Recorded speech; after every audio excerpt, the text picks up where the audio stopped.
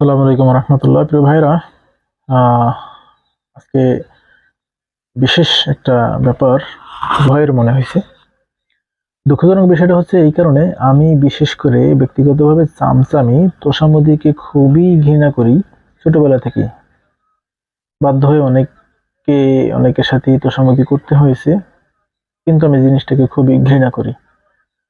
এই জন্য আমি পেশাগত জায়গায় চাকরিকে বেশি পছন্দ করি না, শুধুমাত্র তোষামোদীর কারণে।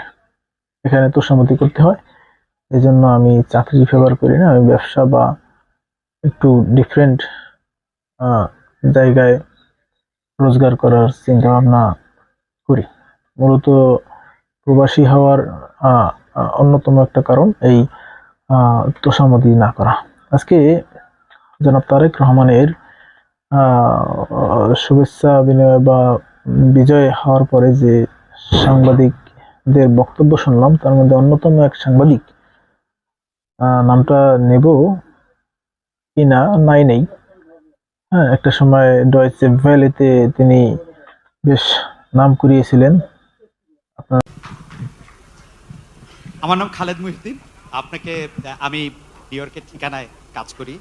আপনাকে প্রথমে অভিনন্দন জানাই, আপনি জয়লাভ করেছেন। কিন্তু একটু প্রশ্ন করি যে গত সরকার চলে যাওয়ার পর থেকে কিন্তু আপনি বলে আসছেন যে এই নির্বাচনটা খুব সহজ হবে না, যদিও নির্বাচনটা খুব সহজই হওয়ার কথা। আপনার জনপ্রিয়তা, বিএনপির জনপ্রিয়তা সবকিছু মিলে এখন আমার প্রশ্ন, নির্বাচনটা তো হয়ে গেল, এটা অনেক সহজ ছিল কিনা আপনার কাছে?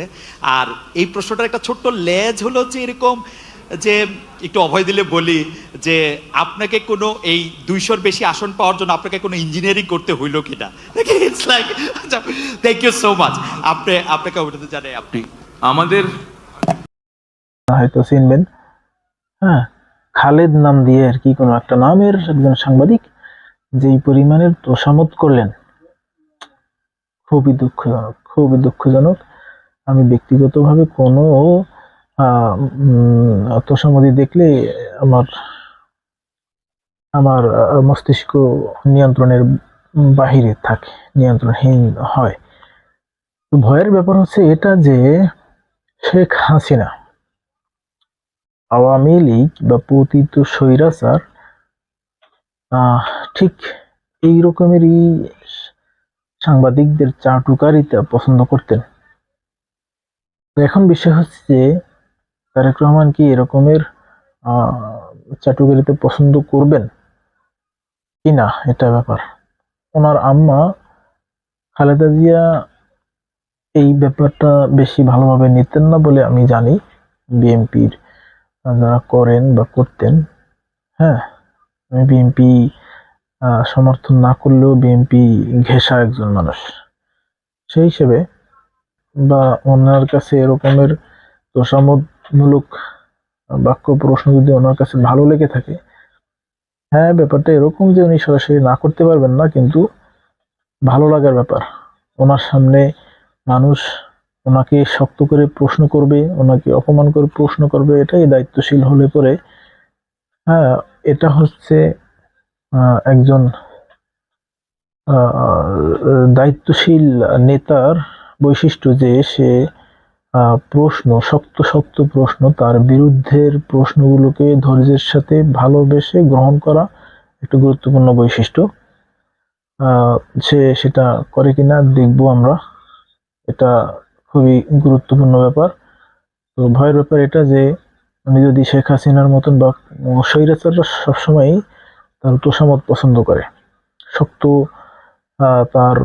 তাকে আঘাত করার মতন প্রশ্ন সহ্য করতে পারে না। এই বিষয়টা উনি কিভাবে নেন, কিভাবে গ্রহণ করেন, আমাদেরকে দেখার জন্য অনেকদিন সময় অপেক্ষা করতে হবে। তো অপেক্ষা তো করতেই হবে, করব। এতদিন এত বছর আমরা অপেক্ষা করতে পেরেছি, এখন অপেক্ষা করলে সমস্যা কি? দেখবো ইনশাল্লাহ। দেখা যাক কিভাবে উনি এই তোষামোদী চামচামি কিভাবে বন্ধ করে, এবং ওনার দলকে বিএনপিকে এই 1.5 বছরে আমি এত পরিমাণে চামচামি হতে দেখেছি, যেই কারণে আমি সমর্থন করতে পারিনি। তো দেখা যাক দলকে এখন ক্ষমতায় আসছে, দলকে কিভাবে সংস্কার করতে পারেন কিনা এই চামচামি থেকে, তোষামোদী থেকে। আমরা অপেক্ষায় রইলাম।